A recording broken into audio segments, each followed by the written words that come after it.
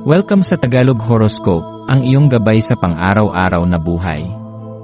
Hatid namin ang pinakadetalyadong horoscope na magsisilbing gabay mo sa pera, trabaho, pag-ibig, kalusugan, at swerte.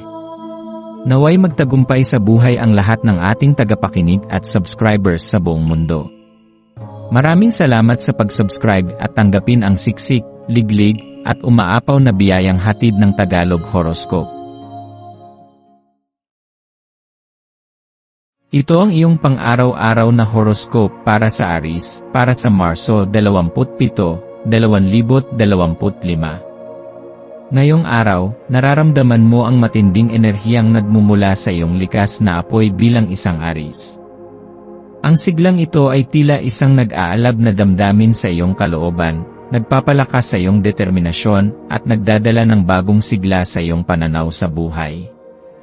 Ang araw na ito ay nag-aalok ng pambihirang pagkakataon upang yakapin ang pagnanasa mong makamit ang iyong mga pangarap at isabuhay ang iyong mga layunin ng may buong kumpiyansa.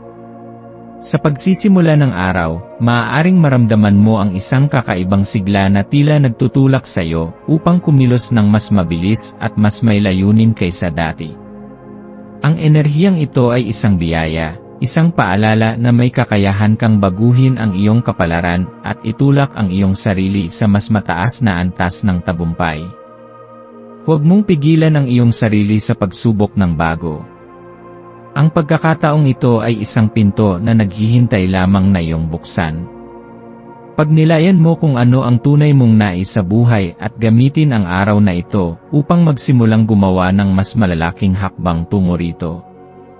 Ngunit sa kabila ng lakas at kasiglahan na dala ng araw na ito, isang tahimik na pagsubok ang maaaring lumitaw, isang takot na matagal mo nang iniiwasan, isang alinlangan na maaaring humahadlang sa iyong paglago. Maaaring ito ay isang bagay na matagal mo nang itinatabi, iniisip na hindi pa tamang panahon upang harapin. Subalit ngayon, ikaw ay binibigyan ng pagkakataon upang tapusin na ang pangamba at palayain ang iyong sarili mula sa mga kadena ng pag-aalinlangan. Harapin mo ito ng buong tapang, sapagkat sa likod ng takot na ito ay isang malawak na landas patungo sa iyong pinapangarap na hinaharap. Mahalagang pag-isipan kung paano mo maaaring gamitin ang iyong tapang upang maabot ang iyong mga layunin. Sa halip na hayaang hadlangan ka ng iyong mga takot, gamitin mo ito bilang isang gabay upang lalo pang pagbutihin ang iyong sarili. Ang bawat pag-aalinlangan na iyong natutunan mula sa nakaraan ay isang paalala na ikaw ay mas matalino at mas matatag na ngayon. Sa pagbukas ng iyong puso sa pagbabago, ikaw ay lalong magliliwanag at magtatagumpay sa iyong mga mitiin. Sa araw na ito, mahalaga rin ang pagpapatawad, hindi lamang sa iba kundi lalo na sa iyong sarili. Madalas tayong mahigpit sa ating sariling pagkakamali, iniisip na dapat nating laging maging perpekto. Ngunit walang sinuman ang hindi nagkakamali. Ang tunay na paglago ay nagmumula sa kakayahang magpatawad at magpatuloy. Isipin ang mga pagkakamali bilang mga aral, hindi bilang hadlang. Kapag natutunan mong pakawalan ang mga bigat na ito, mas magiging magaan ang iyong pakiramdam at mas makakagalaw ka ng may kalayaan tungo sa mas magagandang oportunidad. Isa rin itong magandang araw upang kumonekta sa iyong mga mahal sa buhay. Ang pagbabahagi ng iyong positibong enerhiya sa kanila ay hindi lamang makakatulong sa kanilang kalooban, kundi magdadala rin sa iyo ng pakiramdam ng kasiyahan at katuparan. Minsan, ang simpleng pagbibigay ng oras sa isang mahal sa buhay ay may kakayahang makapagpagaan ng loob at makapagdulot ng mas malalim na koneksyon.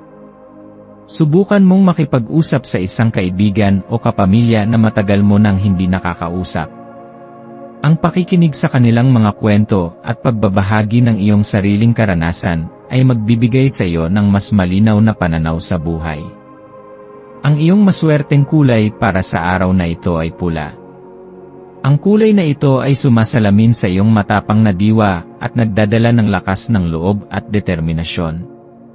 Ang pagsusuot ng pulang damit o paggamit ng kulay na ito sa iyong paligid ay makakatulong sa iyo upang mapanatili ang iyong kumpiyansa at magbigay ng dagdag na sigla sa iyong araw. Ang iyong maswerteng numero para sa araw na ito ay 5, 11, at 32. Ang 5 ay sumisimbolo sa pagbabago at pagsulong, paalala na ngayon ay ang tamang panahon upang yakapin ang mga bagong posibilidad. Ang 11 ay isang numero ng inspirasyon at espiritualidad, na nagsasabing ikaw ay nasa tamang landas at may gabay na nagtutulak sa iyo patungo sa tamang direksyon. Ang 32 naman ay sumasalamin sa balanse at pagkakaisa, paalala na ang pagtutulungan at koneksyon sa iba ay mahalagang bahagi ng iyong tagumpay.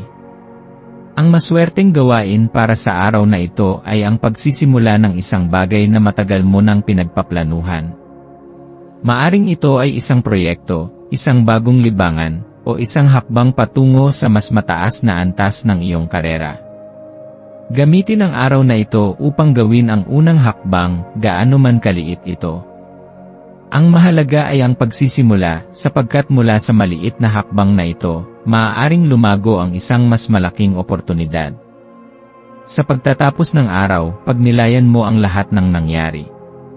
Bigyan mo ng pasasalamat ang iyong sarili sa bawat tagumpay, gaano man ito kaliit. Ang bawat hakbang na iyong ginagawa patungo sa iyong mga pangarap ay isang tagumpay na dapat ipagdiwang.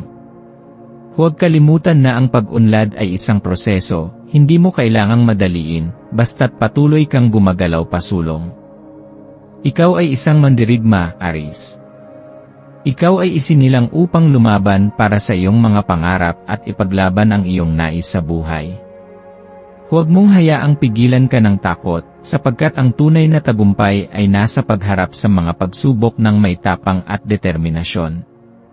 Magpatuloy ka, at tandaan mo na sa bawat pagsubok na iyong napagtatagumpayan, ikaw ay mas nagiging malakas, mas matalino, at mas handa sa mas magagandang bagay na darating sa iyong buhay.